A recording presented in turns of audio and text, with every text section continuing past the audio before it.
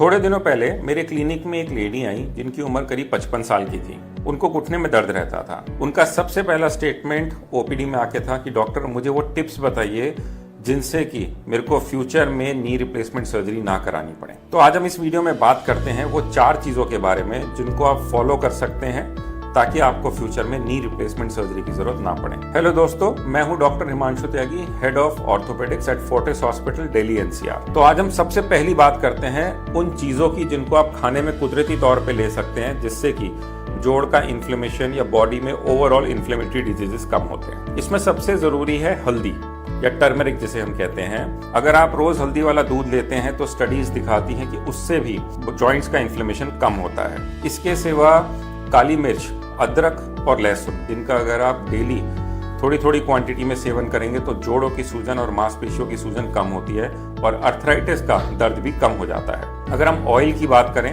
तो olive oil सबसे अच्छा है जिससे कि इन्फ्लेमेशन जॉइंट्स का कम होता है। इसके सिवा अगर आप अखरोट और बादाम जैसी चीजें लेते हैं उससे भी इन्फ्लेमेशन कम होता है बॉडी का। इसके सिवा जो नॉर्मल चीजें आपको डाइट में अक्सर लेनी चाहिए वो होती हैं प्रोटीन, जैसे कि पनीर हो गया, अंडे हो गए, दाल हो गए। जॉइंट्स के लिए स्पेसिफिक होता है कोलेजन, जो कि हेल्प करता है ऑस्टियोआर्थराइटिस और रूमेटॉइड आर्थराइटिस के पेशेंट्स में। कोलेजन वाली चीजों की अगर हम बात करें तो आंवला या अमरूद या फिर ऑरेंजेस। अगली हम बात करते हैं उन एक्सरसाइजेस की जिनको कि आप घर पे खुद से कर सकते हैं। तो आज मैं आपको 4 सिंपल एक्सरसाइजेस बताऊंगा जो आप आराम से अपने घर पे कर सकते हैं। इन एक्सरसाइजेस में से 2 एक्सरसाइजेस के लिए आपको 1 किलो, 2 किलो और 3 किलो के एंकल वेट्स मंगा लेने चाहिए या खरीद लेने चाहिए।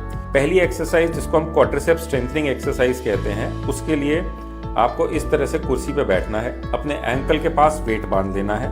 शुरुआत आप 1 किलो से करें लेकिन धीरे धीरे आप 3 किलो तक भी जा सकते हैं। इस एक्सरसाइज में आपको 25 रिपीटेशंस करनी है और 5 सेकंड का होल्ड करना है। आपको पैर को इस तरह से सीधा करना है। जब आप पैर को इस तरह से सीधा करेंगे तो जो मसल है क्वाड्रिसेप्स नाम की, उस पे जोर आता है। तो धीरे धीरे जब आप इस एक्सरसाइजेस को करेंगे इस मसल की स्ट्रेंथनिंग हो जाती है। अब इसकी ऑपोजिट एक्सरसाइज है जिसको हम हैमस्ट्रिंग स्ट्रेंथनिंग एक्सरसाइज कहते हैं। इसमें आपको बिस्तर पे इस तरह से उल्टा लेट जाना है, एंकल के पास वेट बांधना है और अपने घुटने को धीरे धीरे ऐसे मोड़ना है और फिर सीधा करना है। इस एक्सरसाइज में भी धीरे धीरे आप वेट बढ़ाते जाइएगा और रोज अगर आप इसकी 25 रिपीटेशंस करें तो आपकी हैमस्ट्रिंग मसल के लिए बहुत अच्छा है। तीसरी एक्सरसाइज आती है जिसमें कि आपको दोबारा इस तरह कुर्सी पे बैठ जाना है। एक फोल्डेड टॉवल या एक पिलो आपको लेना है, दोनों घुटनों के बीच में रखना है और घुटने की ताकत से उसको दबाने की कोशिश करनी है। इससे आपके थाइज में जो अंदर की तरफ मसल्स होती है जिसको हम एडक्टर मसल कहते हैं वो स्ट्रेंथन होती है। इसको भी आपको 25 बार करना है और 10-10 सेकंड के लिए होल्ड करके रखना है इस पोजीशन को, फिर रिलैक्स करना है। चौथी एक्सरसाइज है जिसके लिए आपको इस तरह से जमीन पे मैट डाल के बैठ जाना है। फोल्डेड टॉवल या पिलो को आपको लेना है, अपने घुटने के नीचे रखना है और घुटने की ताकत से उसको नीचे जमीन की तरफ दबाना है और उसको 5 से 10 सेकंड होल्ड करना है।